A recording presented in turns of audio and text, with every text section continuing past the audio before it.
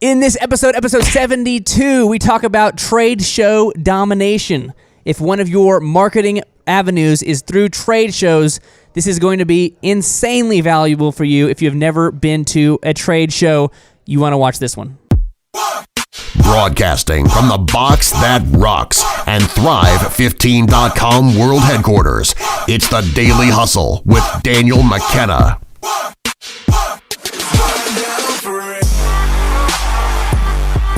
Ladies and gentlemen, welcome back into the box that rocks. This is the Daily Hustle Show, episode 72. 72. Marshall F. Morris on the left. Over here, Daniel McKenna. Today we're talking about trade show specifics and what you need to know to dominate your next trade show. Marshall, are you feeling the trade show love over there? How are you doing? I'm feeling tradey. Feeling tradey? Yeah, feeling tradey cotton. Not traderous. Nope, not traderous, Just but tradey. Tradey. Yep, tradey. Trade-Y. Episode 72. This is the going back. I know you appreciate the history articles, the science, the mathematics stuff I've been bringing lately. We're going back to the old number 72 here. Oh, wow. Carlton Fisk. Oh, wow.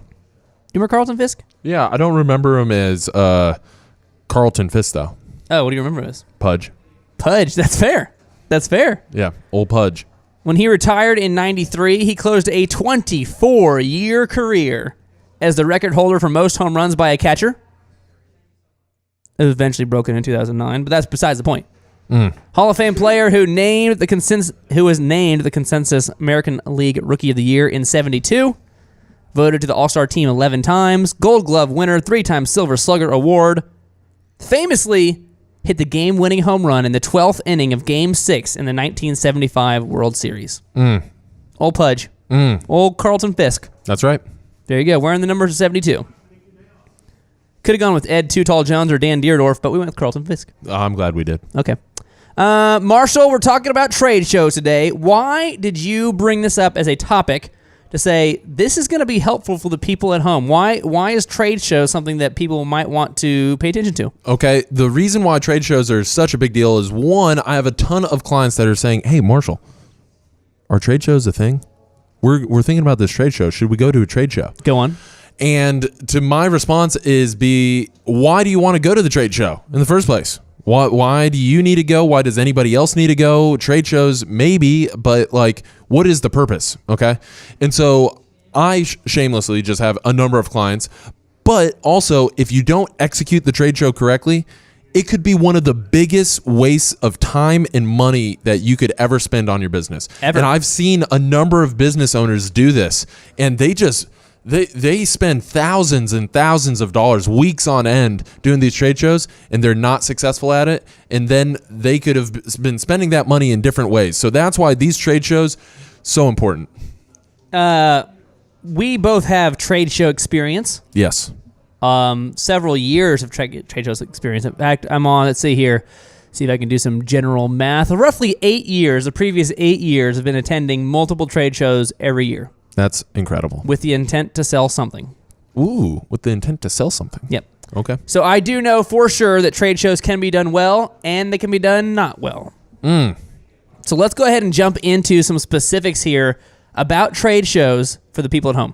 Okay, so this is what we're going to be talking about today. Number one, if you're going to a trade show, okay, then what is the goal? Okay. Why? How should I evaluate whether or not to be going to a trade show? Okay, that's the first thing. Is what is the purpose?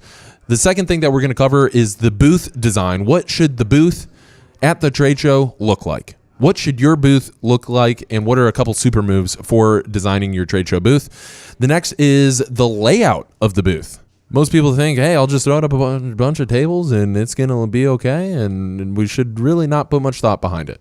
Okay, so the table layout.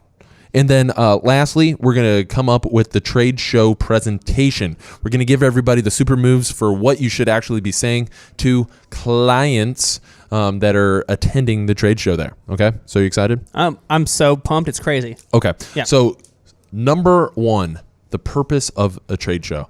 Dan, in your experience, have you seen some people at the same trade shows that you've been to that just do not have at any point any kind of clear purpose or goal or really, any sense of action at trade shows? Is this a thing? Do some people just like not even think about why they're actually at the trade show? Yes, this definitely happens. So, according to where you feel like your ideal and likely buyers are, that should be thought number one. So if you're trying to sell something, if you go trying to sell some photo services or sell some DJing services or sell some online platform training services, because I've done all those 3 things, are your ideal and likely buyers going to be there?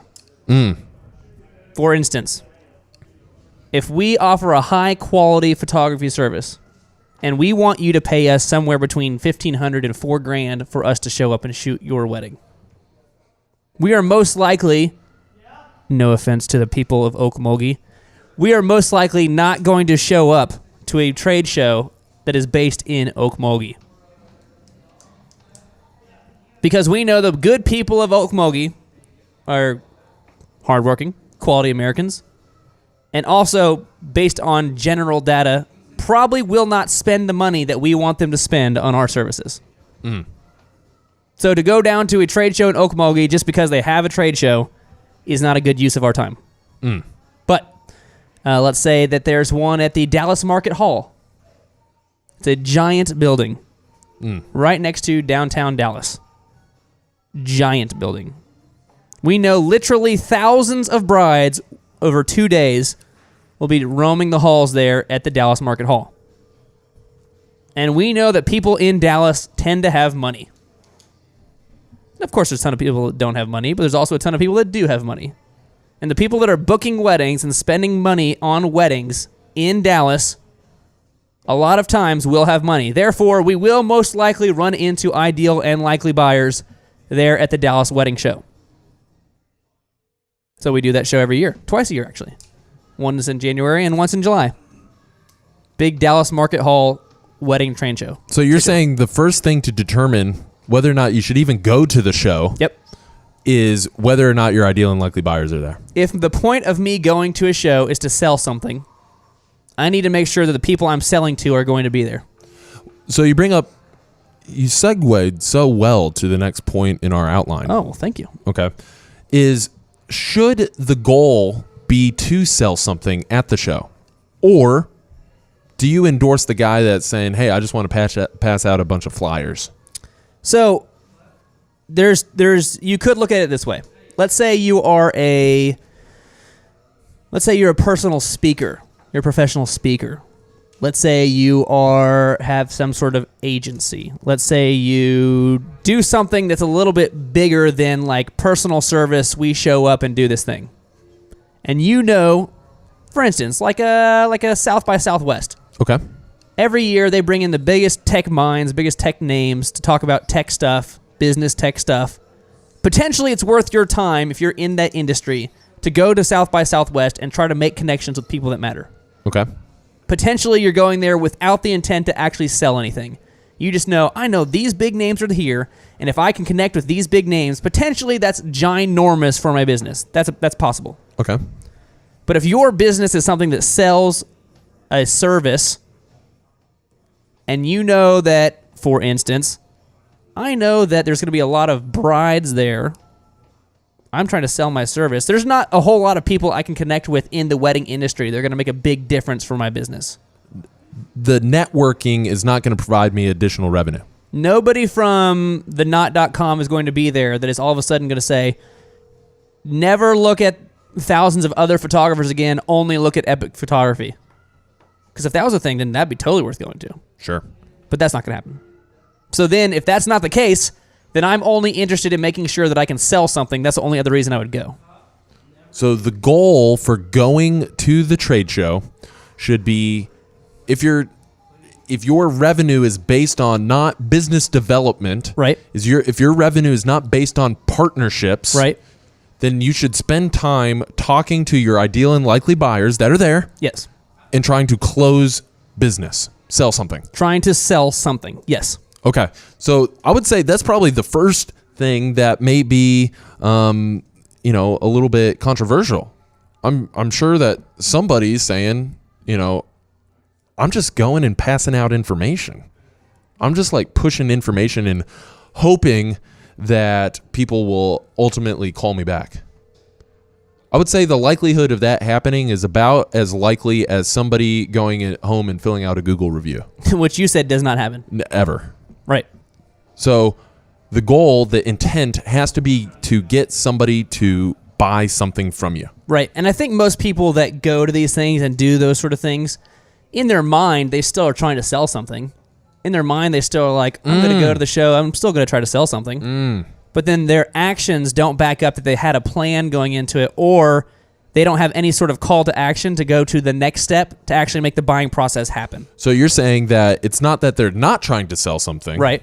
That they're just not selling something effectively. Right. If you're going to go and just hand out business cards and say, hey, we're a photography company. Here's a business card. Yep. Here's a business card. Call me when you can. Call me when you're free. Call me when you look at this. Most likely you're not going to get any good leads because there's, 10, 20, 30 other options there to talk to. Yep. So there's no reason for them to go look at your site after talking to 30 different people and say, okay, I'm going to go and talk to this guy again. It's not going to happen. So super move number 1 is define your ideal and likely buyers. Right. Are they going to be at the trade show? Right. Number 2, define what the close is, what the goal is, okay, in order to get them to buy, okay, Right. identifying that sales process. And then super move number 3 is you need to define how many people you need to book from that show in order to break even on the investment to be at the show. This is a good point. I would say going into a number of different shows, most business owners, they don't ask, well, what kind of return do I need in order to make this worthwhile? How many people do I need to close? How many bottles of knick-knack do I need to sell in order to break even? How many different events do I need to sell in order to break even? But you must do this. You need to take the overall expense of the trade show, and that's not just the trade show booth expense. Right. This is the transportation to get there. This is the cost of putting up a booth, designing a booth. This is the cost of the hotel, the food, the personnel to staff the booth. Yeah. This is everything included, start to finish. How much are you going to spend on the trade show? So I'll break it down for you specifically here. Ooh. Specifics breakdown. Trade show, wedding industry, depending on how good of a trade show is, if it's a 1 day or 2 dayer. You're going to spend anywhere from $800 to $1,500 For just a booth. Just the booth. Just the space. real estate. Just to have a space there. Just to say, this 10 by 10 or this 10 by 20 area, this is my space. Okay? Then you're going to spend, we just spent, let's see, what did we spend? We just spent about $4,000 on 2 different backdrops. One 10 by 20, one 10 by 10. Okay. To update the look of our booth. Okay. So you're talking about a couple grand for the backdrop. Okay. We bring a TV / 2 TVs. And the backdrop is a one-time expense. One-time expense. Okay. Bring a TV or 2 TVs to display the videos, to display the photos. Okay. And we'll get into some of these specifics here about why we did these things, right? We spent $200, $300 on some pop-up banners. Okay. We spent, I don't know how much money on some bistro tables and some linens for those bistro tables.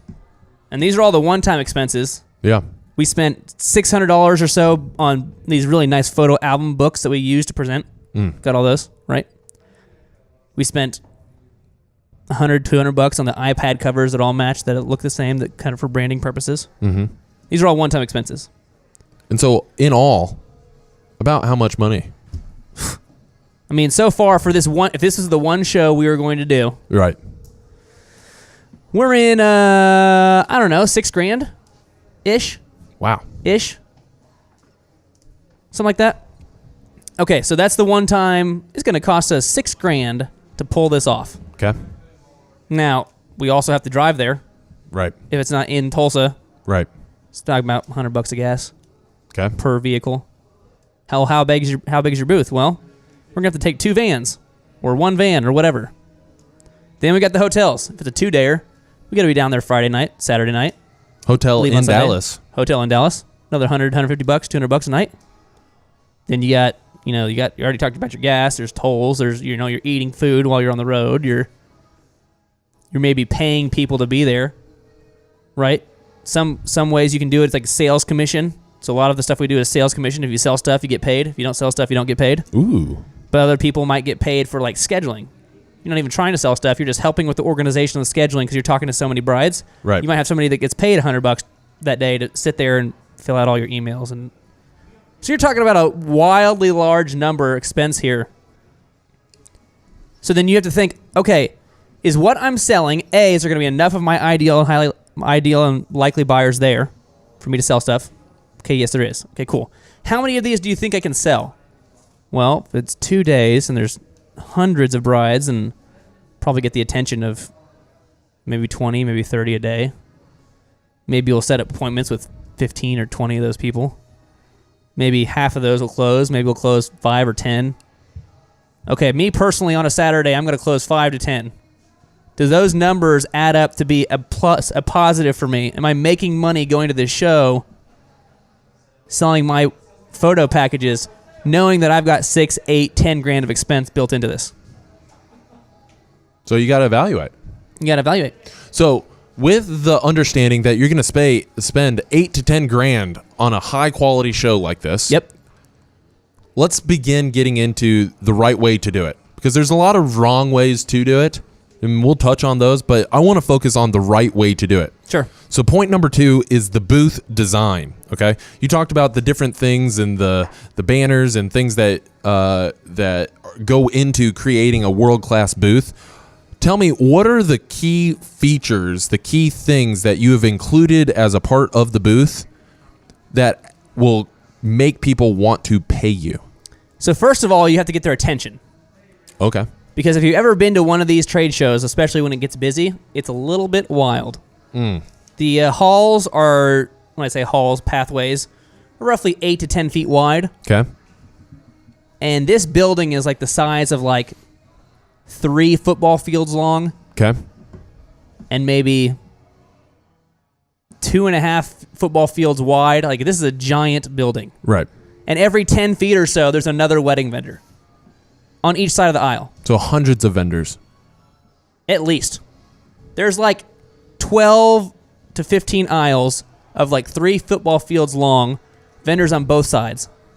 There's like 70 vendors. There's like 70 vendors. Yeah. A lot of vendors. Yeah. So what is it that's going to make the bride who's walking down, who, by the way, is getting assaulted on all fronts? David's Bridal people trying to say, sign up for the Bed and Bath Beyond, sign up for this. Vacation lady, have you thought about your honeymoon? Yeah. This is happening this entire walk. Sure. Which, by the way, if you see people towards the end of the day and they're just like, ugh, they're just worn out. Right. How are you going to get their attention? Right. How is something you are going to have put up look good enough and be the right service that they're going to be like, this might be worth 5 minutes of my time to find out about? Sure. So you got to grab their attention. Got to grab their attention. What are the super moves to grab their attention? Well, it has to be super high quality look. Right? So, if you're trying to convince people to spend thousands of dollars with you, you got to look legit. Okay. So we have that giant banner I just told you about.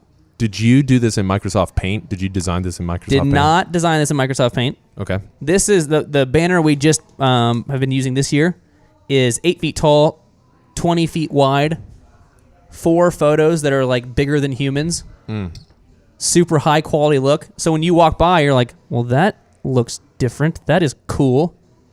We've got epic photography and videography on there so people know what it is we do. You take these photos with an iPhone? We did not take these photos with an iPhone, no. Okay. But we spent time designing it. We spent money getting it made. Sure. So that's the first thing. How tall should this banner be?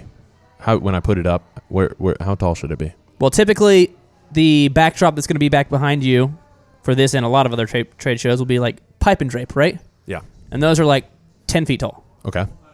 So if you want your booth to look like you are in a different...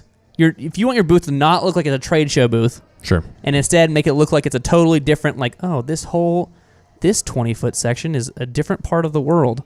Yeah. This is interesting. This isn't like the guy that just has like one banner stretched across the 20 feet. Yeah. Then it needs to be at least 10 feet tall.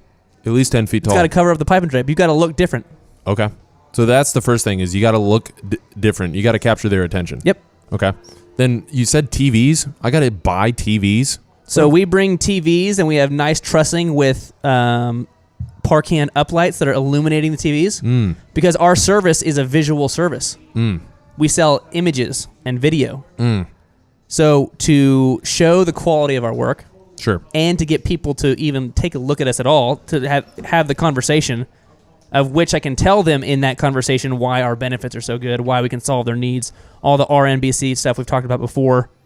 They've got to like what they see in the very beginning. They make a decision very quickly if you suck or if you look like you might be good. So we have TVs that display the videos on a loop.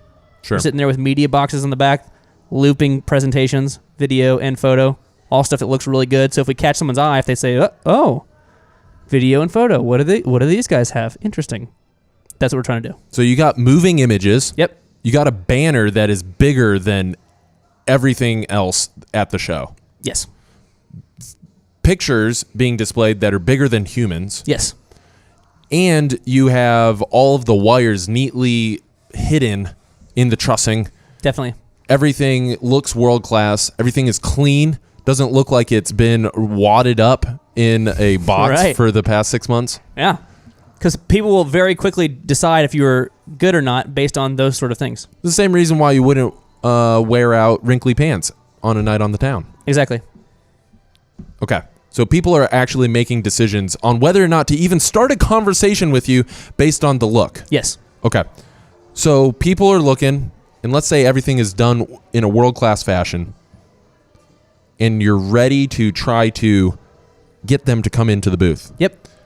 There's all different kinds of ways to do this, but what has been proven to be the most effective layout of the interior of the booth, whether it be a 10 by 10 or a 10 by 20, the typical trade show booth sizes, what is the best layout for the booth at the trade show?